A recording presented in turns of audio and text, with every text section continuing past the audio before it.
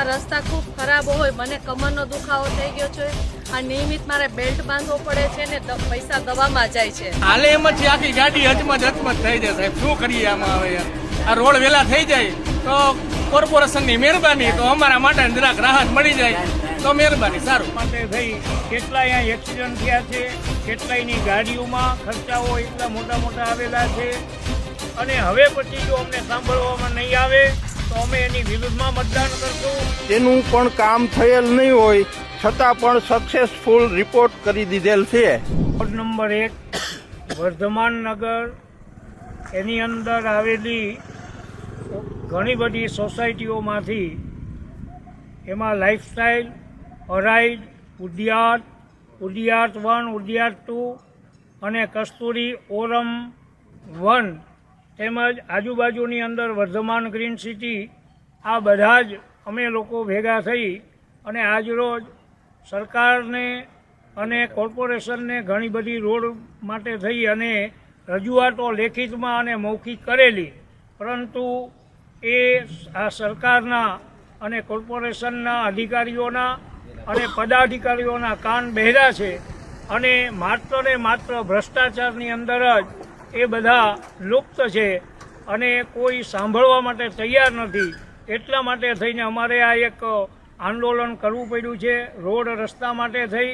અને અમે ત્યાર પછી હવે એવું પણ આંદોલન કરશું કે કોર્પોરેશને ધરણા કરશું, અનશન કરશું અને જ્યાં સુધી અમારા પ્રશ્નોના ઉકેલ નહીં આવે, રોડ રસ્તા, ગટર અને લાઇટના, ત્યાં સુધી અમે ત્યાં અનશન કરશું અને ત્યાં આગળ અમે ધરણા કરશું. અને આ બધા જ સોસાયટીના રહેવાસીઓને, અહીંયા ઓછામાં ઓછી 50,000ની વસ્તી છે.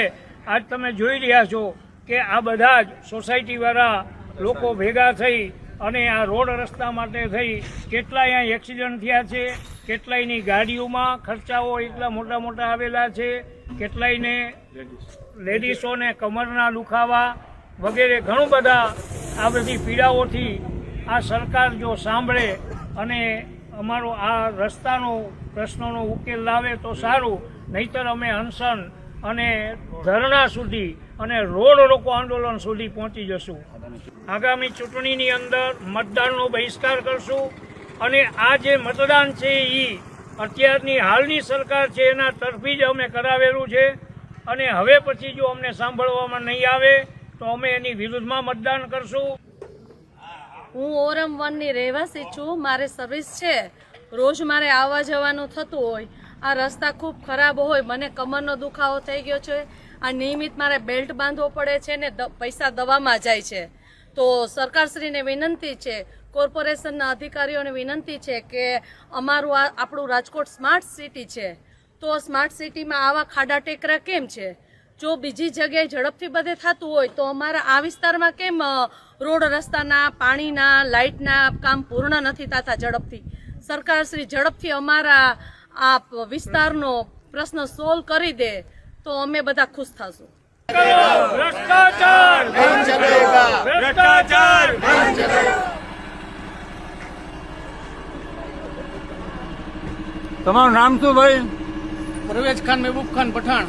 હા સાહેબ, આ રોડ ઉપર તમે કેવી પરિસ્થિતિ થઈ છે? પરિસ્થિતિ સાહેબ બહુ તકલીફ છે. આ રોડ બધા બનાવવા જરૂરી છે. હવે આમાં માંથી આવતા તો અમારી કમર તૂટી જાય એવા રસ્તા થઈ ગયા.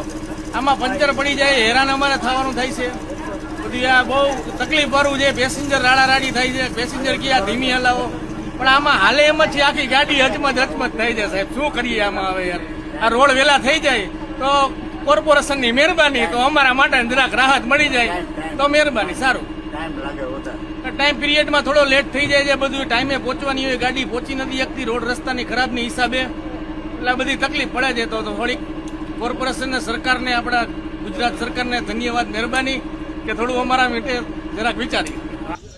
અમોએ તારીખ 6/8/2024ના રોજ આરએમસી કંટ્રોલ રૂમમાં કમ્પ્લેન લખાવેલ કે અમારા વર્ધમાન નગર મેઇન રોડ ઉપર વરસાદના મોટા ખાડા પડી ગયેલા છે.